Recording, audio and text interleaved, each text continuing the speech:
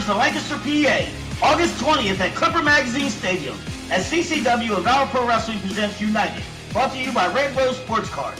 In action, you'll see former WWE superstars Alberto El Patron, Santino, Dirty Dango, Ricardo Rodriguez, The Patriot, and Rob Van Dam. Tickets are available at Clipper Magazine box office, Red Rose Sports Cars, located at 126 South Centerville Road, Lancaster, or online at LancasterBornStormers.com/pro-wrestling. And we will see you August 20th at United. This is where the big boys play, huh?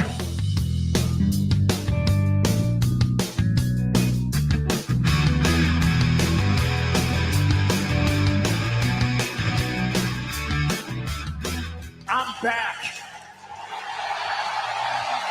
And I'm back for you. I'm not gonna lie, I'm back for me too. Who are you to doubt El Dandy? Because this guy's a serious professional.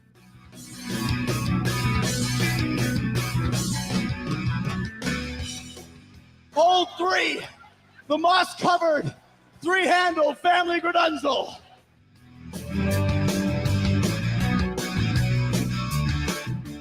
I am Sir Michael Cole.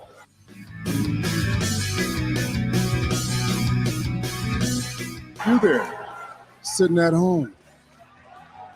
Acknowledge me.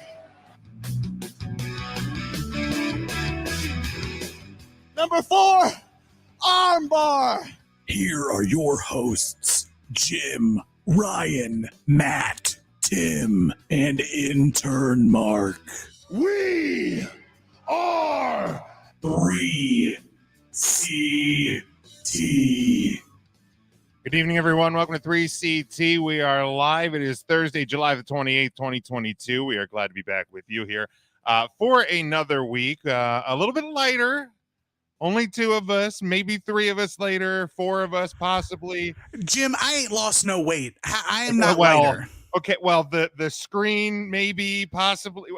They might even look. Math is not easy. It's Thursday. Let's try not to math. We're only going to make ourselves. My head already hurts, Jim. All we know is our intern is still not here. Good. Has anybody heard from him? No, thank God. Okay, he might just be gone. So I hope that somehow he got roped into being a groupie for Rick Astley. And he's never going to give him up. And they're just going to travel. That would be appropriate. I think Rick Astley is Canadian. Yes. Yeah. And then that sounds right. If he's English, he's British. So hopefully he's Canadian and British. No, he's just British. Okay. But here's my hope. He gets carried in to Rick Astley's stuff without a passport, gets sent to England. Okay. And then he is stuck in England and cannot leave. Okay. And because the time differential is it's 5 hours. So by the time we do 3CT, it's already like 1 a.m.? You know, Mark, he doesn't sleep. He's already asleep. I don't know that he does sleep. I've never heard of him. Devin might be right. Devin says he's camping out at the Wildcat until it closes. That's certainly possible. Has he chained himself to the Wildcat singing "We Shall Overcome"? Oh my God. Like he's just like, don't let him take it. All right. Make sure that you check out our website, 3countthursday.com. You'll find the merchandise, the Patreon, all of our social media channels. You know the deal over there. Subscribe to us on all podcast platforms. We do once again for SummerSlam this weekend. We will have the PW Scorecards Challenge. If you go to digital.prowrestlingscorecards.com, make sure you create that account. You can join our faction with the invite code 67AB85. We'll see who gets to be the new People's Champ picker for this foreseeable future, I guess, until All Out. So you're going to be doing that for the whole month of August. Big Mac gets to select for this show because Big Jim forgot to do the scorecard. Yeah, he did. For Death Before Dishonor. So I was completely out of the game on that one. It's So. okay. ROH hadn't been running in a while. You're getting your feet back. You're trying to figure out what's wrestling and what's not. That's right. It's What's tough as it wrestling, is. what's sports entertainment. I mean, for the longest time, you only had to worry about Raw and SmackDown, and then AEW. Well, then NXT showed up, then AEW showed up, and then like now Ring of Honor's a thing again. Heaven forbid we ask you to watch like MLW and Impact and anything on Jerry's Internet Wrestling Emporium and Fight and. I'm only one man, Tim. And New Japan and JPW. Well, I'm trying to watch the G1 again. I'm behind. I'm so behind. There's not enough. There's never enough time. But what there is time for, Tim, is we do have a guest with us tonight, and let's get him in here. Right? Yeah. That's why I kicked the other guys out. Actually, there we go. We needed to make room for the man of the hour. It is Breaux Keller. He is joining us for the very first time. Finally, I mean, like the guy is like right around here in our area, and we finally get him on. Busy man to track down, this Breaux Keller. But how you doing tonight, man? That is a fact. I'm a bit tired, to be honest with you. But hey, we're powering through. Not too shabby over here. Definitely happy to be on the show with you guys. It's about dang time. Good deal. Yeah, you've definitely been a busy man as of late, and of course we'll get into a bunch of that. But you know, for us, we've always been a fan of the business growing up. But for you now, I mean, I would assume you were always a fan growing up, right? Oh, absolutely. I think it's funny because like I feel like anytime you talk to a wrestler, for the most part, as it should be their answer to say that they started watching when they were kids, they got hooked on it. You know what I mean? Especially for me, growing up with the Attitude Era, like that was the prime time of pro wrestling. So of course I was hooked in. My brother was always flipping between Raw and Nitro every week. So no, I mean, I've always been watching it like since I was a youngster. So now, like, do you find it easier now to stay a fan, or is it harder to stay a fan of like the wrestling that you see on TV while you're doing your thing on the independent scene and trying to build, you know, your brand and your fans and all of that? Like, do you find it easier or harder to be a fan of wrestling now? It's tough to say because it's just, I wouldn't say easier or harder, but more just different, if that makes sense. Because like growing up, you watch it for what it is. You appreciate the brilliance of it, the magic that you're seeing in front of you. But now being almost behind the curtain, if you will, you kind of understand the reasons why wrestlers do what they do, or you can follow along more from a technical aspect or critique in different ways or learn from different things. I mean, watching all of these guys at the highest level do it is the best way, at least that I've ever been able to learn. Like you see how much goes into it.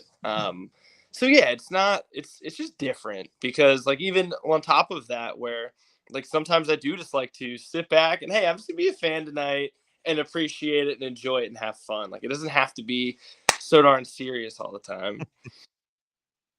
Yeah, for sure. Yeah, I mean, I know that especially now is like you've been in the business for a little bit of time now, but it's very cliche that there's tons of wrestlers who have sat down with pen and paper and for whatever reason there happens to be a cell phone there and they're taking a picture of this list of people who they'd like to step across the ring from. And I know that you've seen a lot of different interactions, but do you have like a wrestling bucket list of people you'd like to work against or even team with?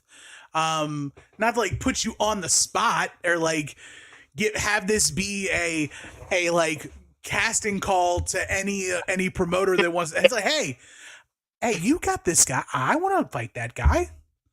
Is there anybody you see out there now that kind of you think would match up well with you?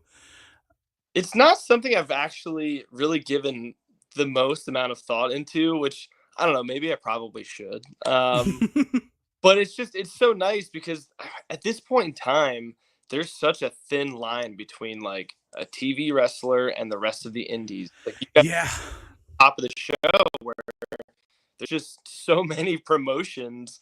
Obviously you have AEW and WWE at the top, but so many different places fall and like filter beneath them where a lot of wrestlers nowadays are getting great opportunities. So You even said like MLWs of the world, Ring of Honor just started back up, but then you have some of these larger indies like Beyond or PWG. I mean, there's just so many. So yeah, I mean, it's just I would love to switch it up with anybody that's like really available. To be honest with you, like you get such a good mix on the indies too of people that have been around for a while, people that have been doing it. Maybe they have been on TV at one point, or maybe Right. a lot of young talent that's trying to get on TV that are really making a name for themselves. But no, I've been saying this for a while, and I can give you one wrestler that I've actually thought about, and that's Adam Cole.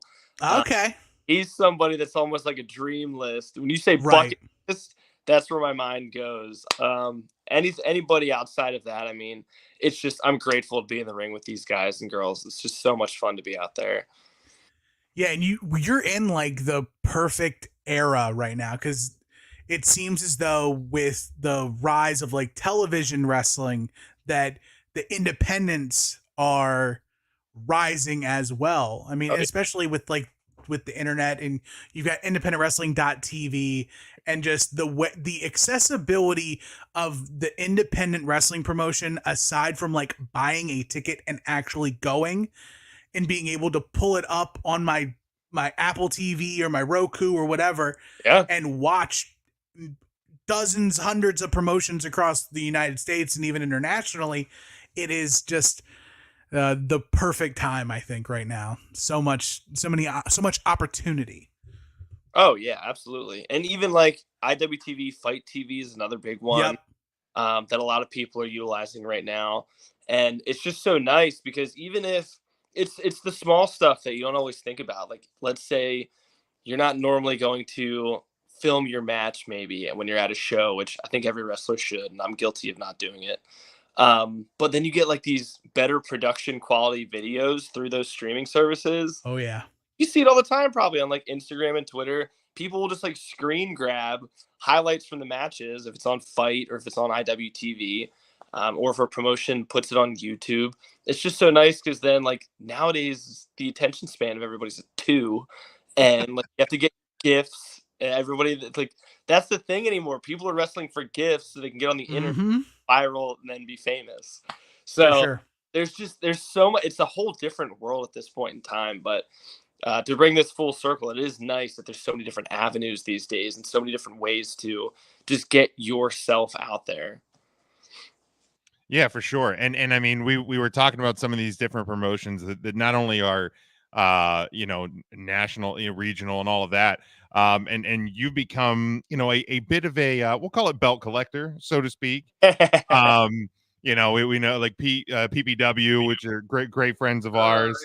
MCW, there's room on that. There's room there. There's plenty of room right there to add more to the collection. But what would you say, because you've obviously done both, fighting for a title, defending a title, what like when you're preparing to fight for or defend, what's the mindset? How do you approach it differently? Do you approach it the same? No, I mean, I would say I approach it slightly differently, which I think it's because it is what it is, like the championship. Like you're almost in a different position by default because that is supposed to be the prized possession, right? That's the championship and everybody's fighting for.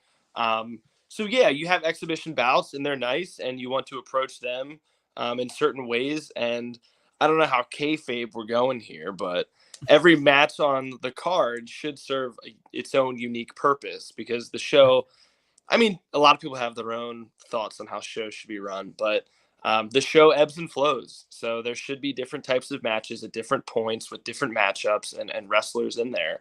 So like with the championship match, it's like, okay, this is the biggest fight of the night. This is going to be the largest match. And I have to make sure I'm pulling out all the stops because I know my opponent's going to be, and we're fighting for this prize. So I think there is a little bit more between the ears that has to go into it. It's like just a whole different mental approach, like putting the match together, being out there with the crowd, like depending on where you on the card. Again, it's like the crowd could be a little tired. We got to bring them back up. We got to make sure they're invested in the match. So yeah, I mean, there's layers to it, but I think it can be a little trickier. There's just you add a little bit more pressure on yourself, a little more weight when the championship is involved, because you want to make sure, you're not disappointing A, the fans, but then B, management who entrusted something like that in you. And you want to maintain that respect and that level of, we're going to continue to use you. So yeah, I mean, there's definitely a few different approaches to go about it. And I'm sure, like, coming to the ring and presenting yourself as a challenger for a title versus presenting yourself and coming out with that title, with that championship as the champion, has to be in its own way kind of two very different worlds, because, like, you're coming out, look, you're to achieve the goal versus, like, I've already achieved the goal. Now I have to keep it. I have to get everybody else from knocking me off this pedestal. Yeah, absolutely. And that's the thing too. Being a champion, it's not easy. You have to stay innovative. You have to try different things, do new things. Going into a championship match, I mean, it really is about that presentation, because you're the challenger. You don't want to just be some nobody that's getting in the ring and they're going to just bust you up in 4 minutes. You want to go the limit. You want to push the champion and make sure that, you're giving them your all, because if you don't, then it's not going to look favorable for anybody. But yeah, I mean, I think the mindset going into a championship match, even that, again, can just vary on the situation, the promotion, where you're at, what's going on around you. Hey, bud, this here real quick, not to interrupt, but nothing gets done without this guy. Oh, I mean, Yeah. I mean, there's more important things than any of us. I mean, that's the king right there. He just jumped up here. But he'll tell you, being a champion, defending the title is, I would probably say, tougher than going in as a challenger, because to hold the title, maintain it, you got the target on your back. So everybody's gunning for you. Everybody's bringing their best stuff. But then as the challenger, you can kind of sneak in there. You can throw your best stuff at the champion, and you can probably come out on top, which is how I got that bad boy. There you go. And I know it's as a champion, you're also you're one person who everybody has their eyes on, and they can see what you do, how you move, your mannerisms in the ring. And you also, there may be people who you face from outside of the normal usual suspects that you usually see. So what's the difference for you as a wrestler between performing at, say, your PPW, where you're there, you're champ, everybody knows you, and then also you're making your foray into the Mid-Atlantic this weekend, heading down to VCW in Virginia. So even now, with a little bit of time and seasoning under you, how different is it between being where everybody knows your name and being where you get to be this new shiny? And how much different is it between your mindset between maintaining your image and building an image somewhere else? Yeah, it's fun, honestly. Like, I think going to new places and kind of spreading your reach, there's like a first day of school feel to it. Like a good, like, butterflies in your belly. There's an excitement in the air almost, because it's like you said, like, maybe nobody there knows you. Maybe a couple people know you. Cool.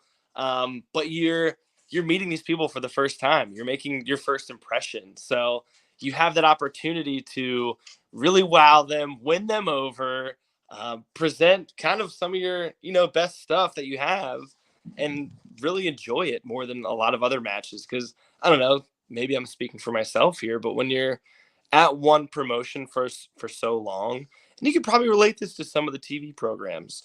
I feel like I've heard a few of the guys on, like, the main roster say how it's like, I think Chris Jericho even, he says, like, sometimes you just have to go away, give them a miss you, make them miss you.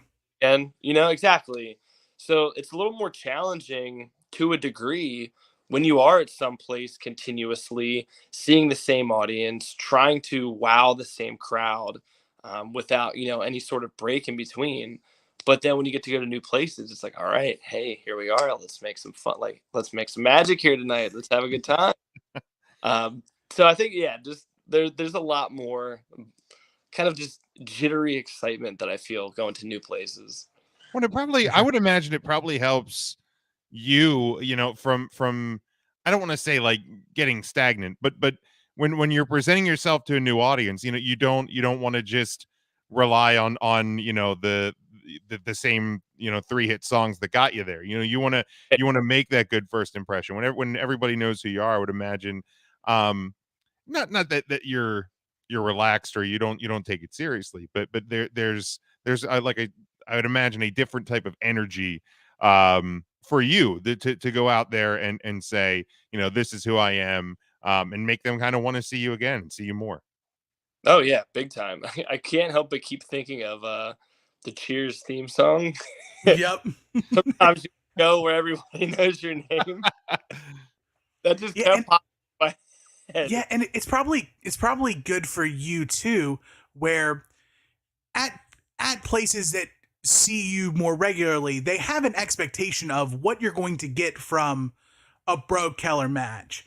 But then you go to somewhere else, it may be, it gives, does it give you that like freeing sense of being able to maybe try something different, add another wrinkle that you can possibly like see how it works? Like I know with comedians, they'll workshop sets in different places until eventually they have their special. And then it's the best parts of everything. Is that do you take that into consideration when you have your first times at different promotions? Yeah, that's the fun of it. I mean, it's cool when you can walk in somewhere, they have no clue who you are. Maybe they'll give you like a courtesy clap. Cool, this guy, neat. But then you go out there, and for me, I get this, this excitement because I can start to like grow on them. I can warm up to them. I can try to slowly pull them in and bring them into the world of Breaux Keller just throughout one match, even. Right. Cool, you can have a storyline. That would be neat too if you're able to, get consecutive bookings. But even if not, excuse me, when you come out, you do the entrance, they're like, oh, okay. Have a little start to the match. Oh, all right. Get towards the middle of the match, it's like, okay, this dude's going. And then like you get to the finish, it's like, all right, yep, we're in on this guy. So, like, that's the goal, that's the mission. And if you're able to accomplish that, there are very few more gratifying feelings in the world, especially when you've seen it on TV too, where you get like a please come back chant, one of those. Yeah. Like, it really objectifies this entire sport because sure, there's no grade, there's no numbers. You can't put anything on a scale, even though of course the 5-star ratings are always chatted about. Right. But again, that's still subjective. But then when you have an audience of people that are objectively chanting, like, please come back, it tells you, even if it wasn't perfect, you did something right that they appreciated and they want to see more of you. Exactly. Jim, did you have something else? Yeah. So, I mean, we've been talking about, new places and places you've been before. There's been Breaux Keller sightings as of late on both WWE and AEW TV. For somebody that's kind of been behind the curtain, I think one of the biggest mysteries, so to speak, in wrestling today is how different are these two places, how different are these two productions. So as you've been an observer in both with both companies, is there anything significantly different that you've seen in terms of how these shows are put together? I mean, we always get rumors on Monday afternoons and Friday afternoons about one company and different things like that, with scripts being thrown out and all of those sorts of things. And I don't want to give too many trade secrets away, but for somebody that's been there, what have you observed in terms of both of these companies? Yeah, it's funny because I feel like I keep hearing and seeing a lot where, and with good reason, I suppose, especially given WWE's current situation. What's that? I don't know what that is. Yeah, right. Could you enlighten me? Everything's good. Vince is okay, right? Everything. No. Everything's totally normal. Everything's great. Everything is fine. But yeah, like I feel like a lot of people kept trying to say like, okay, WWE's toxic. You're walking on eggshells all the time. Everybody's always looking over their shoulder or whatever. And then like they would make it out to seem like AEW then, oh, it's this, luscious work environment. Everybody there is so welcoming and so supportive, whatever it might be. And it just felt like there were two different sides of a coin. And it felt like WWE was always super negative. AEW was super positive. But for me personally, I really didn't get much difference in either one. I mean, everybody from both sides were super accommodating, very welcoming. I mean, some of the top stars from both companies just walked right up to me, shook my hand, said, hi, it was nice to meet you. And they continued on about their business. Like, I wouldn't say one was really that much different from the other, aside from just purely the scale. WWE's, doing massive arenas and AEW's doing slightly smaller arenas, but that's just where they're at right now. But I think overall they're very similar. I mean, you still see, everything backstage. It's wrestling, and it's like this on the indies too. Everything backstage is kind of madness for a little while. Right. People are running around, putting things together, organizing the show, and that's really what it is. For the most part, people are just doing their jobs, whether it be the wrestlers, the producers, the trainers, the doctors. Like, there's so much that happens at one single show. And any instance that I've had so far this year, the past couple of years, being in either side, it's always been a great experience.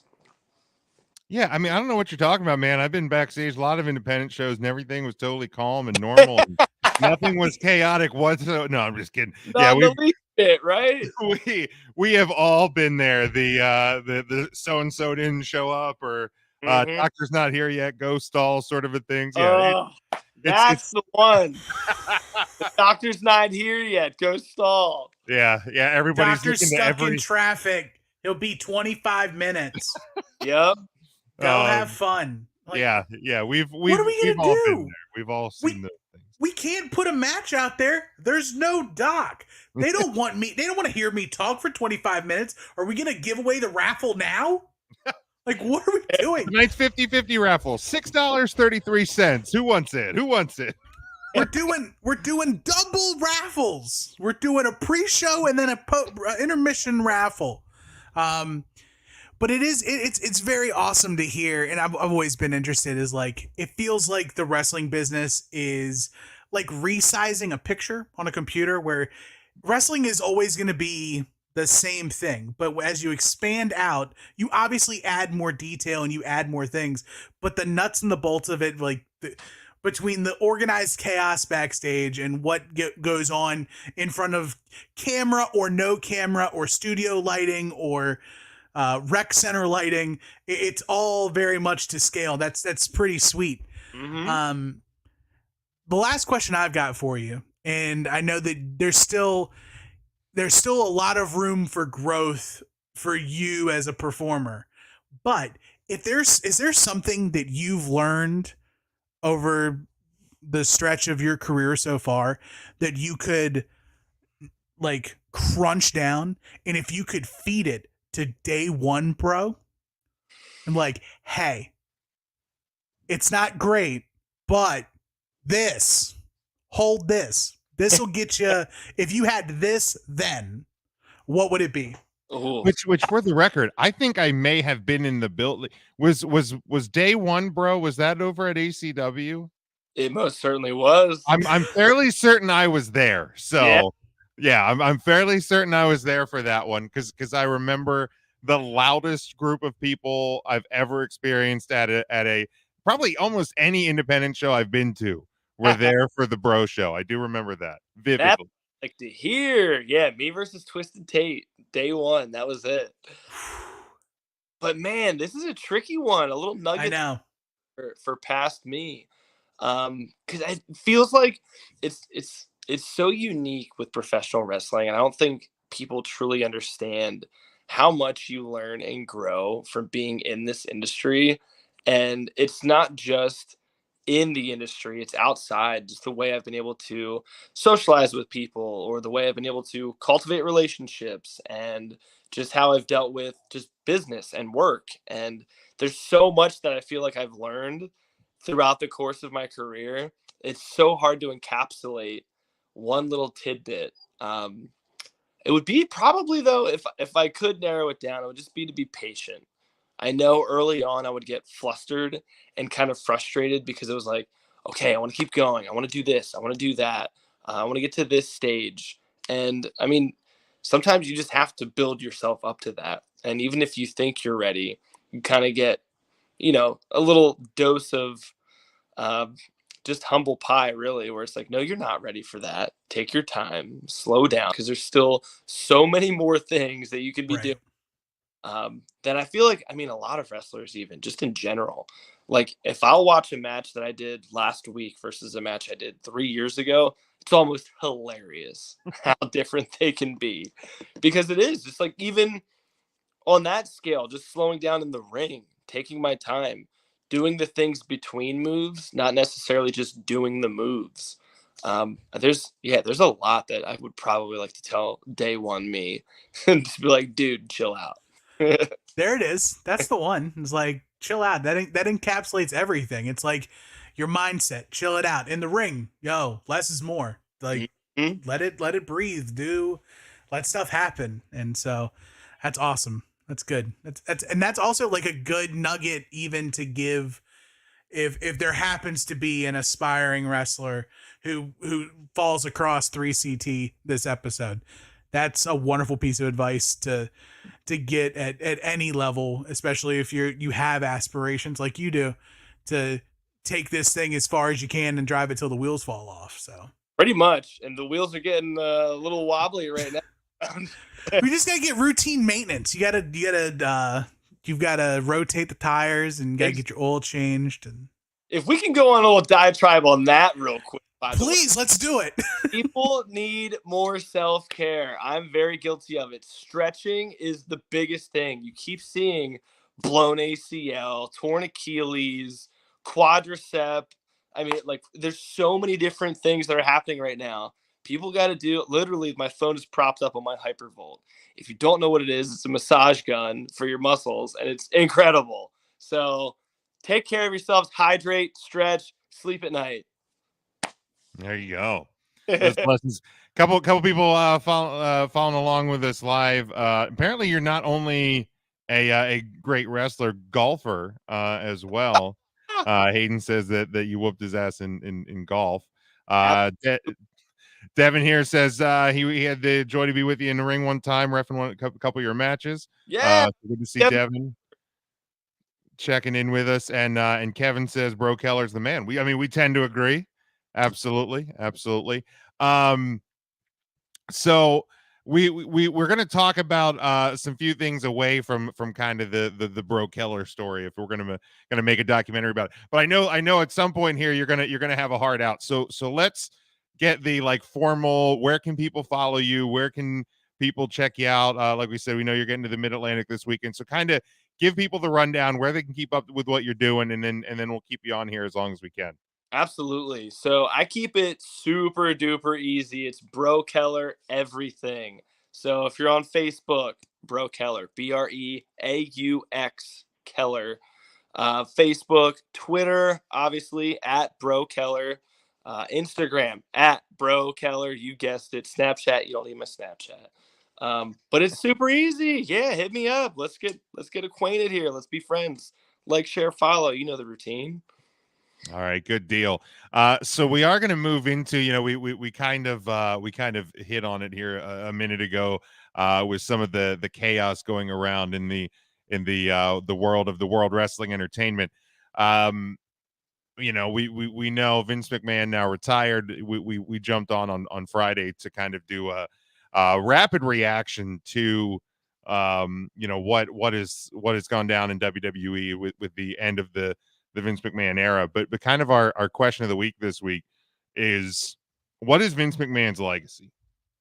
And Bro, as our guest, I'll lead it to you first.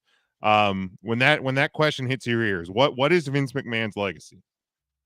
It's tough because again, you can't put everything that he's done into just like one finite answer. Like he built this global multimedia wrestling conglomerate after freaking buying it from his father and eliminating the territories and making wrestling what it is today. Like without him, you could argue that there probably wouldn't even be wrestling on television, which is a lot to say for one man to accomplish.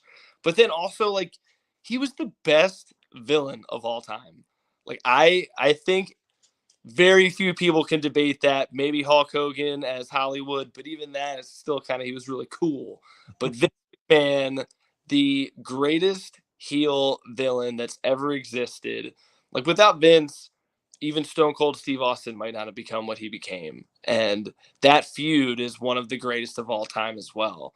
Just those two constantly going back and forth. Vince being the evil empire, Austin fighting the revolution.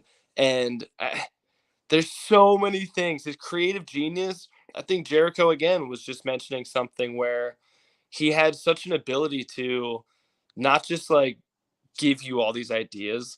You would give him an idea, he would tweak one little thing, and then it would be this great idea. So it's so hard to say what one little thing would be his legacy, because I think so many pillars almost like add up to what he brought to the wrestling world. Yeah, Tim, when you hear this, when you hear what is Vince McMahon's legacy, what comes out from you? He's the guy who won Monopoly. Okay. At a certain point in time, like, he was around long enough that he had every piece on the board. Owned everything.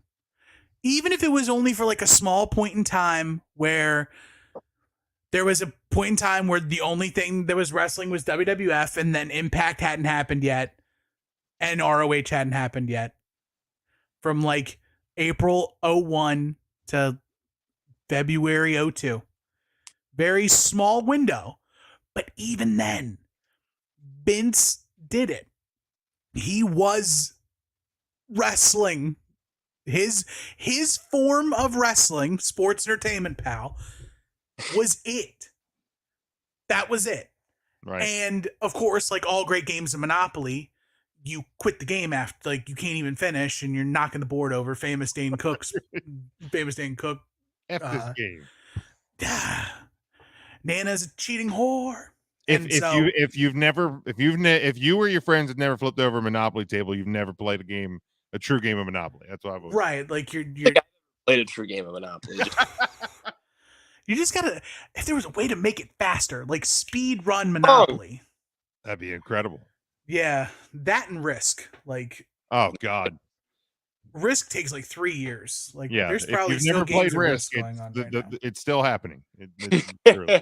Yeah, but Vince is gonna he'll be maligned for so many different things. Whether it's things that have actually happened or things that are being reported or have been reported about him, but then also the hearsay that you hear about Vince and the way he's handled things in the past.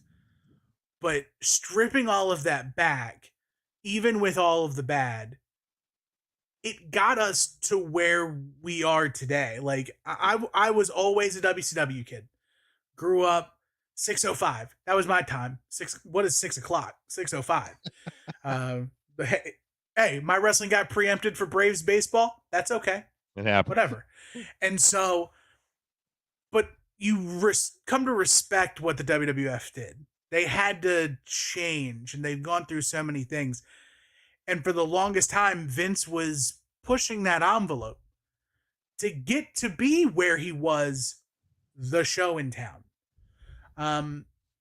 You know, part of what people say is that, you know, when he was the last game in town, maybe because there was no competition, that's where things get a little sideways for Vince. But complacency. You're not chasing anyone. So like you're setting the pace. You could walk. If nobody's in front of you, you're going faster than everybody. And so, but I'll try to remember Vince McMahon's legacy as like the guy who did it. Like, sure, actually won the thing he was setting out to do. He did it. Yeah, I think for me, when I'm thinking about it, is part of me is not 100% sure that Vince's legacy has been cemented yet. 100%, because, like, okay, so we know the things that have come out in the last month or so. Right. Then he retires. Was the retirement a kind of behind the door deal with the media outlets to be like, hey, call up the dogs, I'm done, I'm out, let's all walk away from this? Or, I don't think we're ever gonna know. I don't think we're ever gonna know that. Like, and that's the wild part is like, but we know. But we know, like, all of us, all of us have been at places or heard of places where this stuff happens. Sure. And there's a nice little meeting that goes, so we heard about what happened. We're not gonna fire you, but you're gonna resign. If you wanted to resign, we'd let you. We'd let you. And if you choose not to resign, you wouldn't get this really sweet severance package. And we'd have to go a little farther. Yeah. So, like, do us the favor. Right. Help us help you.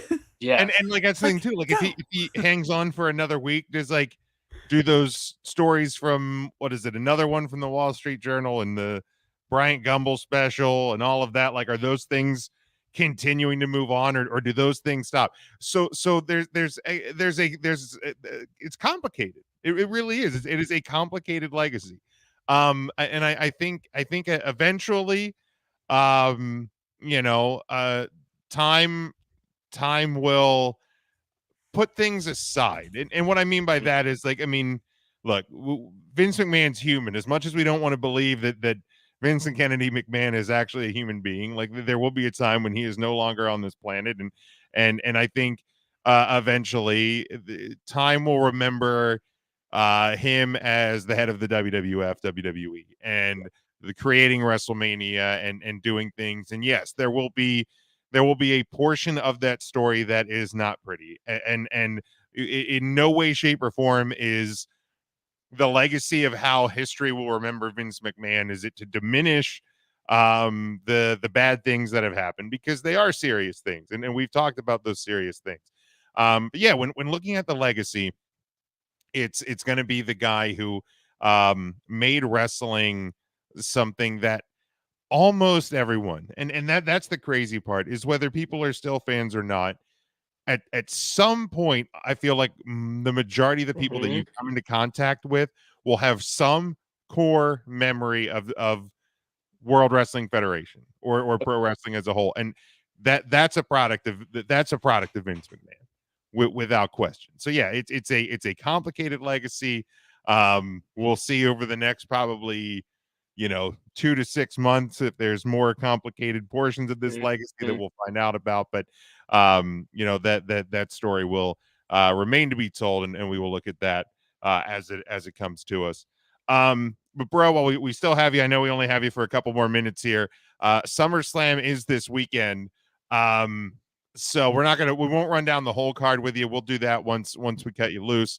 But there is a big time match that is supposedly the last time we're going to see this thing.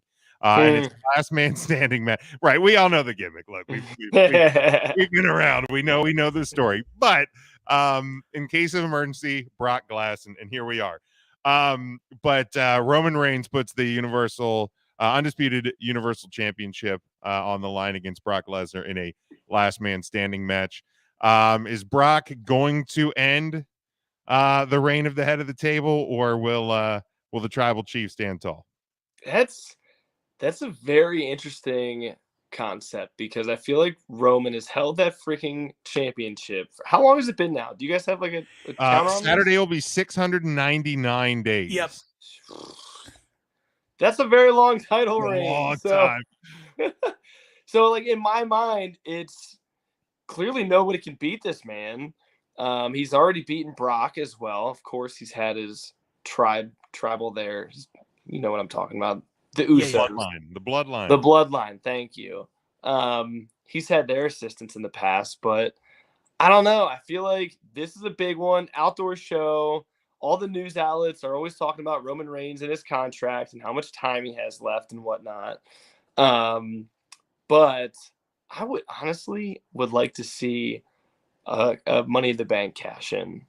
Like, I want to see something cool, different, and unique. And even if it becomes a triple threat in some capacity, if Seth gets thrown into the match, I don't even know what his situation is going to be, but I'm very interested because I want to know who he wrestle.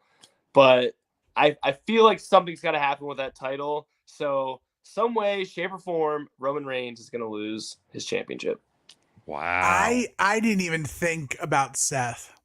Mm-hmm. Yeah, that's the interesting wrinkle all of a sudden. Right, because like I heard, and if you haven't heard and you're listening along, watching us on Facebook, YouTube, the match with Riddle is being called due to Riddle having a stinger or whatever, the brachioplexy. Look, we're dealing with wrestling fans here. Can we stop using medical terms? Local medical facility. Give us one of those. Yeah, he's got a sting. He's got a stinger, and so, man, if Rollins gets put in that match, be awesome. Rollins is also the last guy to beat Roman. Mm-hmm. He lost, so he beat him. Was it at the Rumble? It was Rumble. He won by DQ, but he won by DQ. But it's the only time Roman has actually lost a title match in this run. Yeah, and that was when Seth dressed up like the Shield to face Roman. Oh, and so so there's definitely like the one person who's got the wrinkle against Roman is Seth. But that is just insane. Like, I didn't even think about what Rollins could be in that sort of situation. Yeah, I'm curious to see what happens with him.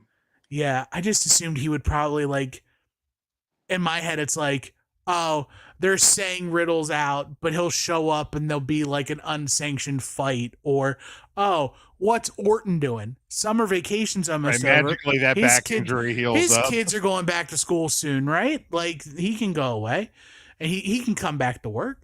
And so, like, with all of that, man. And this is what makes wrestling so good, is like, if you boil it down to just like the fan level. Mm-hmm. You stop looking at it and you're trying to read through dirt sheets and reports and anything. If you're just watching what's on TV. Can we stop that, by the way? I would love to. Everybody's more concerned with dirt sheets than they are with the program. That's just me.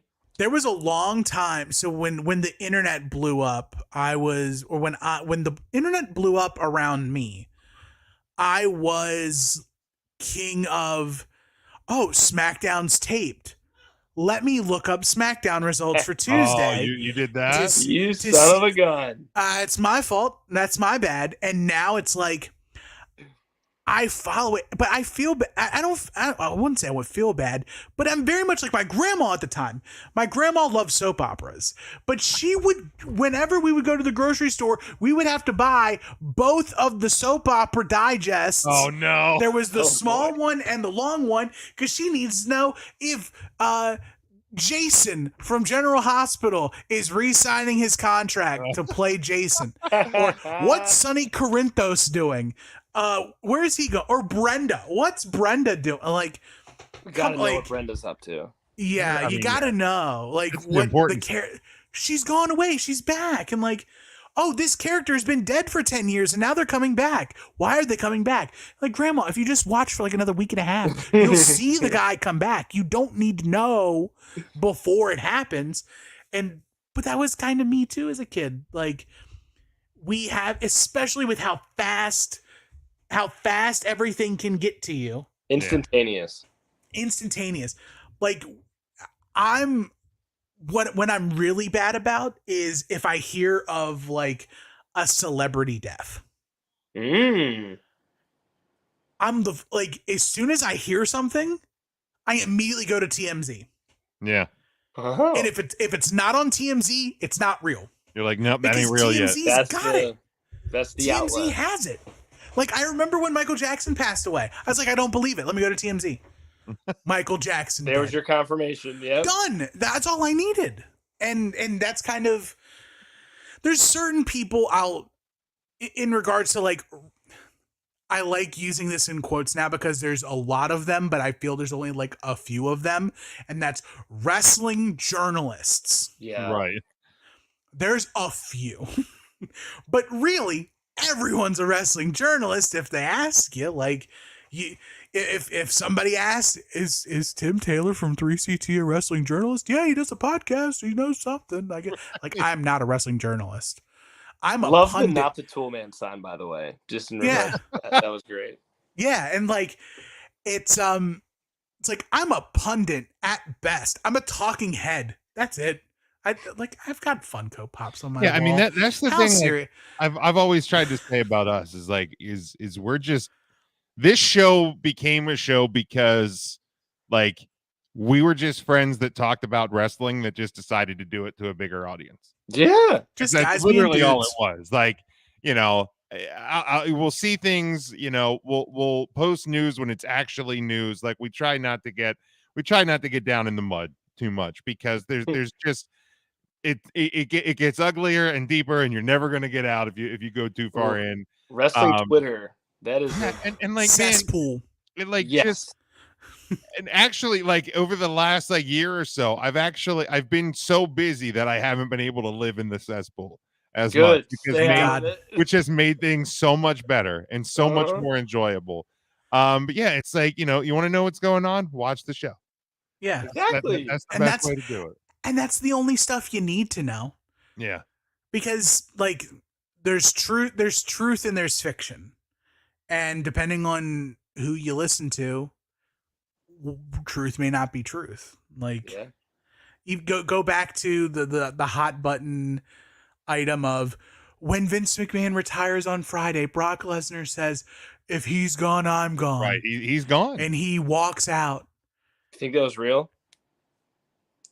So I saw a really interesting perspective on this because Brock Lesnar, like when he was on the Pat McAfee show, like admitted like he has like big time social anxiety, like he has a very small circle, and I saw somebody say that when the guy that literally has been, you know, the guy that the wrestle dad for basically his entire career, just up and retires, like as a person with anxiety, I get like when you get a big time major change, sometimes you just freak out. And you gotta get out of the moment, and you gotta collect yourself. And maybe that's what that was. Maybe he just left the building, and then all of a sudden was like, "Hold on, I can do this." Or Vince called him or texted him or something. Was like, "Hey kid, it's gonna be fine. Get back there. You'll be cool." Yeah. Especially since Brock's like one of the rare guys that doesn't get his information super quick. Yeah. Maybe if he had a phone, he would have saw at 9 o'clock that Vince retired instead of showing up at the building and going, like, "Where's Vince? Mr. McMahon is not here." What do you mean? He retired. I'm like, man doesn't get sick, so where is he? Right. Here's where I think that it's a fine line when you use the phrase walkout, especially right now, because who were the last two people to walk out? I'm so ready to see where they're going, by the way. Sasha and Trinity. Yeah. Like now Triple H is in charge. Sasha and Triple H have so much history. Right. Like Sasha had, some would say Sasha's peak was under Triple H. Like when, like the boss, like building the boss in NXT, that was all Triple H. If anybody can salvage the relationship between Sasha Banks and the WWE, it's probably Triple H. Probably, yeah. But also, Sasha and Trinity can literally punch their ticket anywhere. Anywhere. Easily. You think AEW couldn't use 2 TV ready girls right now? You think Impact couldn't use 2 TV ready girls? Yeah. Anywhere. And that's Golden that's just wrestling side. Sure. That doesn't even talk about like actual mainstream media exposure that they could get too. See, and that's what I'm curious, I guess, of what they're gonna do. Like, are they going to do something here? Are they still even with WWE? That's the other question. Yeah, it depends on what wrestling journalist you read. Like, right. Well, they're not on the internal roster. They've been silently released. But when was the last time the WWE silently released anyone? Yeah. Every time there's a big fill in the blank. Or we wish fill in the blank well in all of their future endeavors. Right. Yep. Everyone gets it. Even CM Punk got it.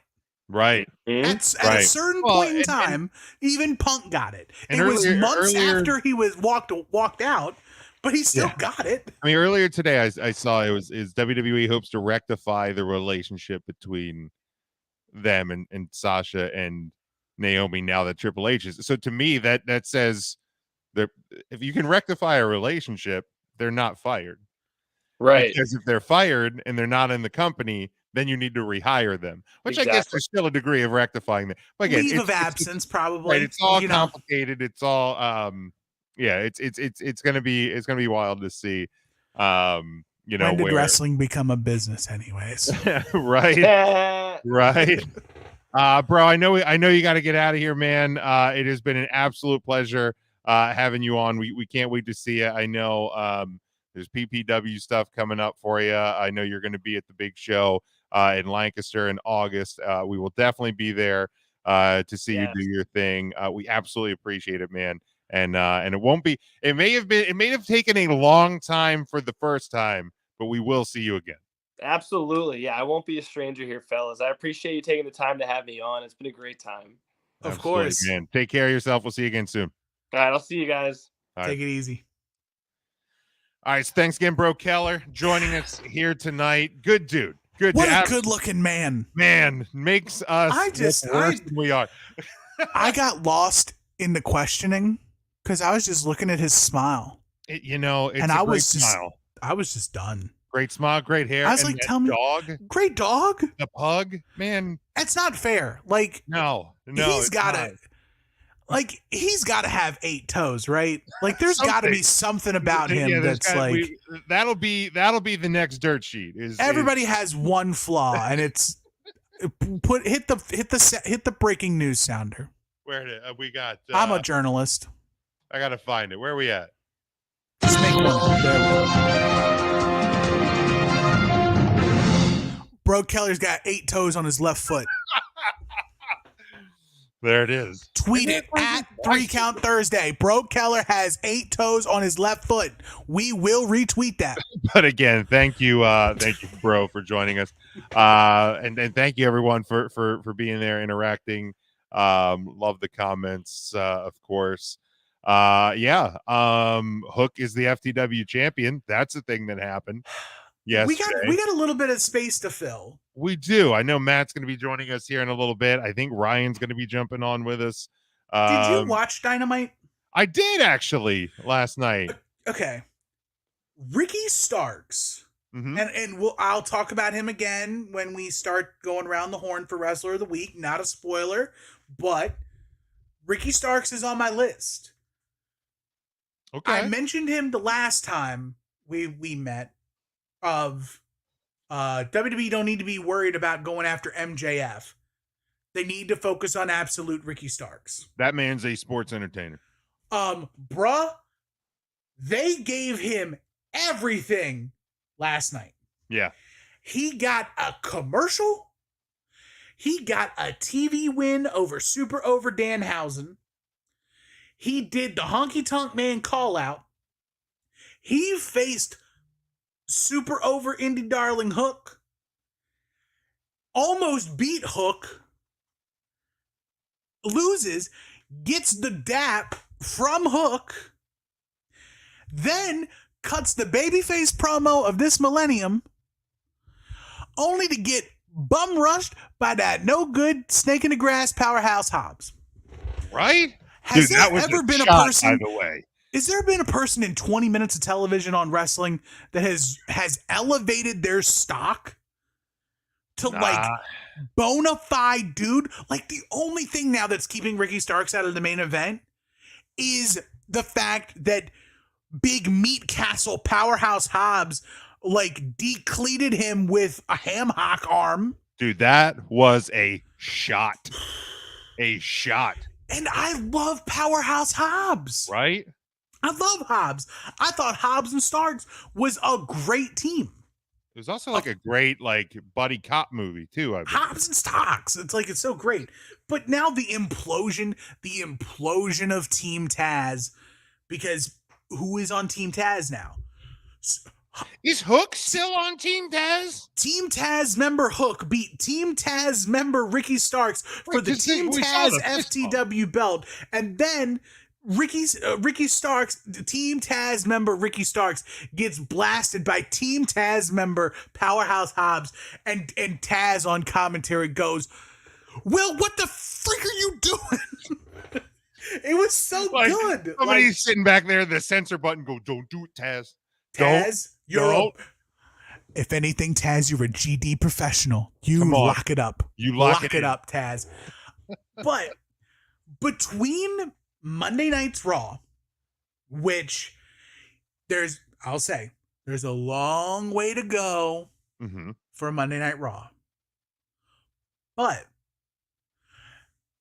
this is probably one of the better Monday Night Raws in recent memory. It was much more cohesive.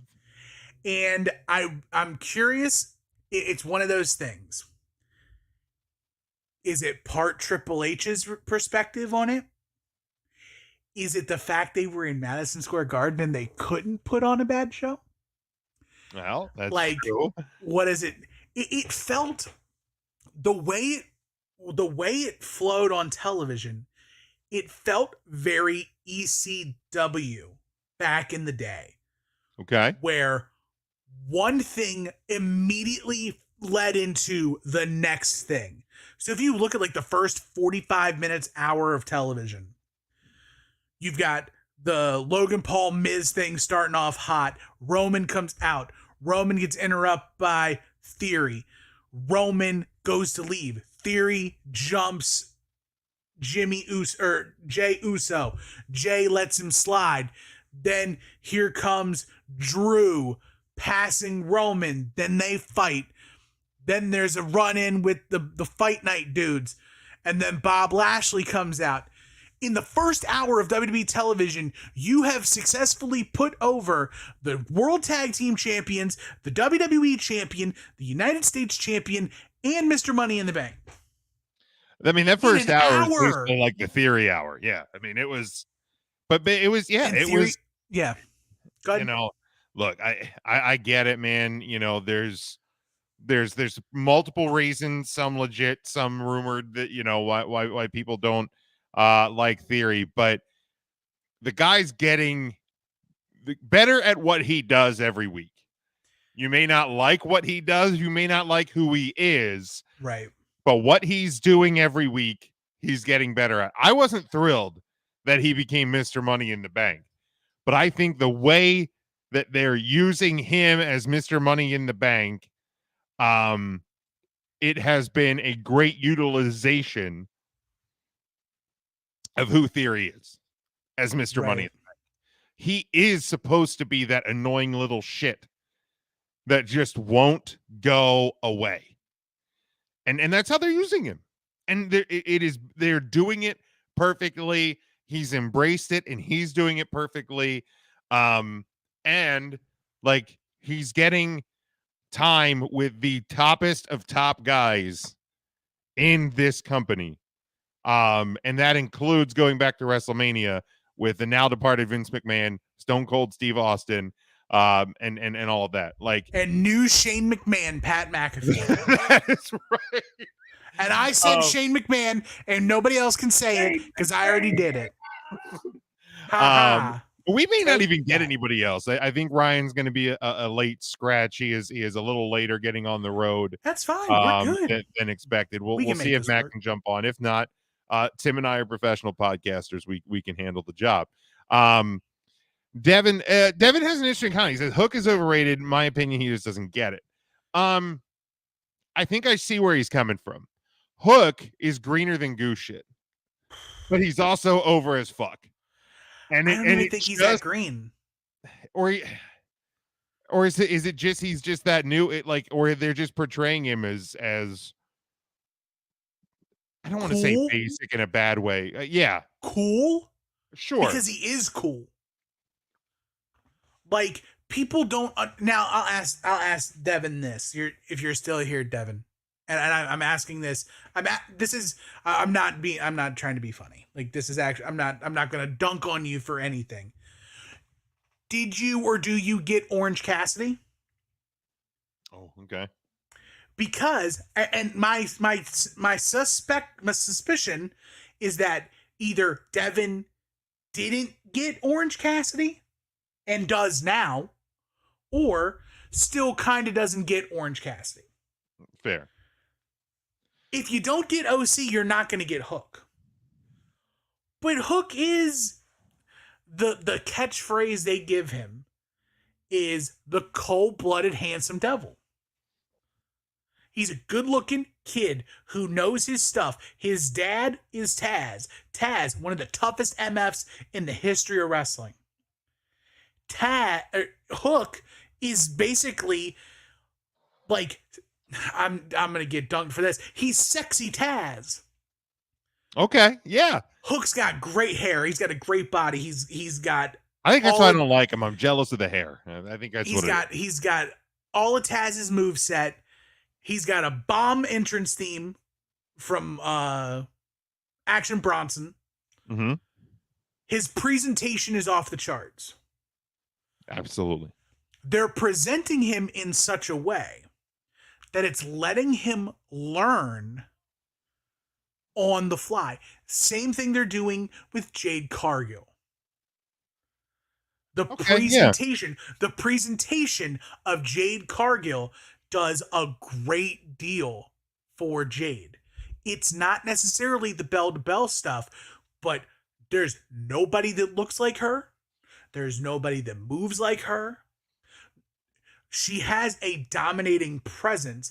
And when you see Hook's one of those guys where if you see Hook, he looks different than other guys. And Devin's responded, I didn't get Orange Cassidy until later when I seen him wrestle, and then you get Orange Cassidy. There hasn't been, I think this was Hook's second or third match ever on Dynamite. All the rest have been on Rampage or I think maybe Dark Elevation. Yeah. But Hook, he's been in like nothing but squish matches. That's Ricky true. Starks is the first guy of name that I think Hook's beat. Everybody, I mean, and that's not taking anything away from like Tony Nese. That's not taking anything away from like the Bear Country dudes, anything like that. But Ricky Starks, star on the rise, who is now even rising higher after a loss to Hook. And so, if you're on the fence about Hook, just wait. Like, hey, it's like Bro said, be patient. Buy stock in Hook now until it's maybe a little pricey to get in on Hook futures. You know what I mean? Sure. Like Hook is gonna be around, and AEW has like 5 of like the hottest rising stars in wrestling. Yeah. With Hook, with Jade Cargill, with Wardlow, with Ricky Starks. Was Wardlow even on this show last night? Nope. That's fucking wild. I don't think Wardlow's been on television since he unified the titles. He had a title offense. Who did he defend against last week? Last week? Yeah, he defended against somebody. Let me look it up here. If you know and you're in the chat, whether you're OC, on YouTube, he defended against OC. Oh, that was 2 weeks ago. Okay. 2 weeks ago. So yeah, maybe he hasn't been seen. He hasn't been there since he beat up OC. But again, AEW is so stacked. And they're getting healthy. Yeah. Oh. Now with the return of Brian Daniel Bryanson. But then look at the star-making performance from the main event. Now Daniel Garcia is a made guy. Dude, I did not foresee him getting the win. Like I didn't either, but then I started watching the match and I'm like, God, Brian Danielson is a world-class storyteller. Like the crazy thing is he's going to be one of those guys that's never, like when you talk about the best, I feel like hardly anybody ever brings him up. When you talk about Mount Rushmores, I feel like the only way you get like Daniel Bryan on a Mount Rushmore is if like you're talking about what was the greatest WrestleMania moment between WrestleMania 20 and WrestleMania 29 and WrestleMania 30. Like, you know what I mean? Like, well, like what was the greatest episode of Monday Night Raw in the year that separated WrestleManias 29 and 30? And like that's you know, and I'm being extra sarcastic about it. What's the greatest WrestleMania moment that should have never happened unless CM Punk ran away? Right. Like, you know what I mean? But man, he is just time and time again the best or one of the best to do it now, to do it possibly all time. Like he is just an all-time dude in that ring. He's a stud. It was a great match and a great showing for Daniel Garcia who needed it. He needed, sure. There was part of me that thought that Jericho and Hager were going to turn on Garcia. But yeah, I mean, I felt like it was evolution. Like, yeah. Like, oh, he's the guy who beat Daniel Bryan. Oh, watch out. He's going to beat us soon. And we can't have that. And like, maybe Garcia, we get there. One can hope and one can dream. But all I know is we were blessed with 2 solid episodes of television between Monday Night Raw and Dynamite on Wednesday. Like Tony Khan was like, "Oh, Triple H is in charge. Let me do something real special for Dynamite." Like and that's the wild thing too, man. And you know, we'll obviously we'll get to our wrestlers of the week here in a little bit and the SummerSlam preview. But in terms of, I mean, look at what's changed in the 7 days since we were last on the official 3CT airwaves. I mean, Vince McMahon retires, Triple H returns, Vince McMahon retires, Triple H and head of creative, and they officially again reiterate that Nick Khan and Stephanie McMahon are co-CEOs. There's even bigger reports that Kevin Dunn will likely be exiting WWE in the coming months. Thank God. So I mean, it is just wild. And, you know, for the duration of this show, we've talked about what is the post Vince McMahon WWE going to look like. And it's insane that we're even talking about that. And I tweeted on Monday when, and I this week has been busy. I didn't get the 2 great sound clips from Monday Night Raw on the board this week, but the one from Roman Reigns, "Your daddy isn't here anymore," and man, like I sent it, and there's rumors that wasn't on script, which I don't. There's no way Roman. I don't think Roman's going off script to say that. I do. You think? But I tweeted out, especially in New York. wow, that's it's true. Cool. Like, it's tongue in cheek. It's hilarious to think that Dave Meltzer thinks that Roman Reigns thinks it was that, Johnny Gargano. Like, how long ago was the way? Yeah, come on, Dave. Like, you're supposed to be the guy. But I get that he only watches like Japan and NXT Sure. and whatever, but like But the way was not that influential. The thing that I tweeted out after that segment was Theory in WWE right now in the post Vince world is one of the most intriguing people. And somebody had like responded to the tweet. They're like, the fact that we're writing post Vince is still fucking wild. Like I'm still not used to that. But if you think about, I mean, we were sitting here, you know, Theory has been like Vince's like little pet project on TV, reportedly behind the scenes. Like you're not gonna do 6 months of TV as Vince McMahon's like little buddy, if he doesn't see something in you. And now all of a sudden he's gone. And yeah, I get it. Triple H hired Theory from Evolve. So theoretically speaking, no pun intended, the trajectory shouldn't change that much for Theory, but Triple H isn't attached to Theory the way Vince was. Triple H may not see what Vince saw in Theory. So the vision for Theory in WWE with Triple H as head of creative may not be the same as Vince saw him. Like Vince may have saw him successfully cashing in the Money in the Bank briefcase. Does Triple H? I don't know. That's one of the intriguing things, man. I mean, we got a guy on YouTube. You can always find us. Acknowledge him. I am Mr. Roman Reigns #1, Mr. Ooh Ah Ah man. I will always. Roman Reigns' title reign should not end. 699 days is not enough. Put a 1 in front of it. Oh yeah, and then put a 0 at the end of the 99. Yeah. Spoiler alert: 16,690 days. Brock on Sunday. Spoiler alert. But we'll get there.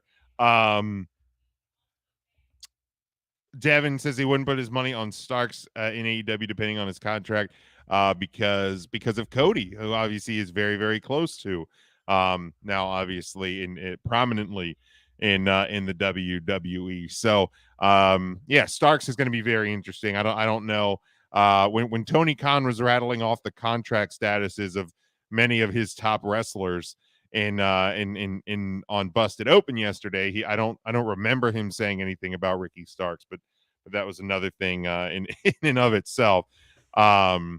So yeah, let's transition here because we do want to make sure we do not miss our weekly picks here for week number 15. Since John Moxley and Cesaro, way before Gargano, there was Savage and Roddy, and Saturdays on NBC. These 5 guys on Facebook are gonna take a hard look. Come Thursday brings to you the wrestler on the week. Week number 15 in our standings as we rattle on. Wings. I figured I wooed. I might as well hit it. So let's start off here with the People's Champ. Like I said, I forgot to make my picks for Ring of Honor Death Before Dishonor. So I lost my throne. I got taken down. But Big Mac from the Take 3 Wrestling podcast, and you can always hear them. They record. I should say even we. I'm basically part of the show at this point. And I think Matt may be joining us over there this week, possibly.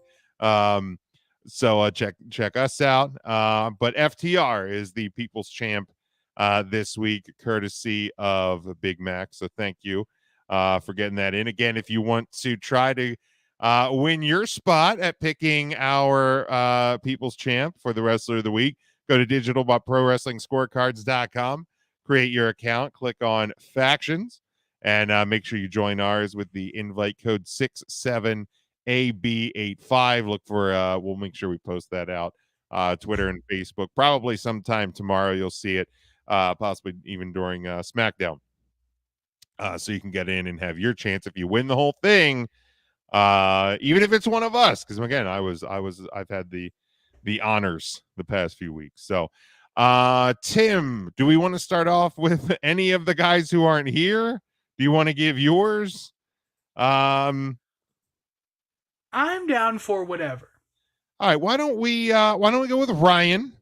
Ryan not with us this evening. I did get his picks for SummerSlam. So at number 5, he has Wheeler Yuta, successful defense of the Pure Championship at Death Before Dishonor. Number 4, the new man in charge of creative with World Wrestling Entertainment, Triple H. A good nod to Hunter there. FTR, the big win over the Briscoes at Death Before Dishonor. And the 2 out of 3 falls match comes in at Ryan's number 3. Dalton Castle and the boys, new Ring of Honor. Do they call them trios titles, or they called the 6-man tag team titles in Ring of Honor? Ring of Honor 6-man tag. Okay, so the new 6-man tag team champions over there, and new Ring of Honor World Heavyweight Champion Claudio Castagnoli is Ryan's number 1.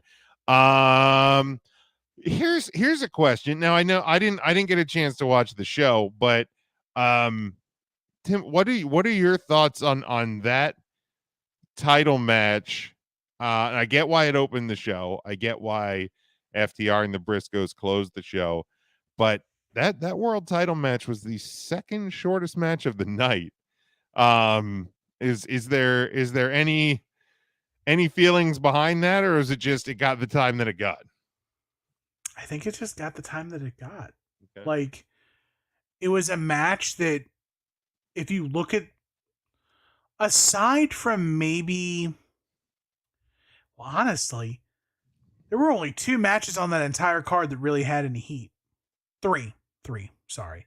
And that was really like your 3 main event matches. FTR Briscoes, 2 out of 3. Samoa Joe, Jay Lethal, and Wheeler Yuta, Daniel Garcia.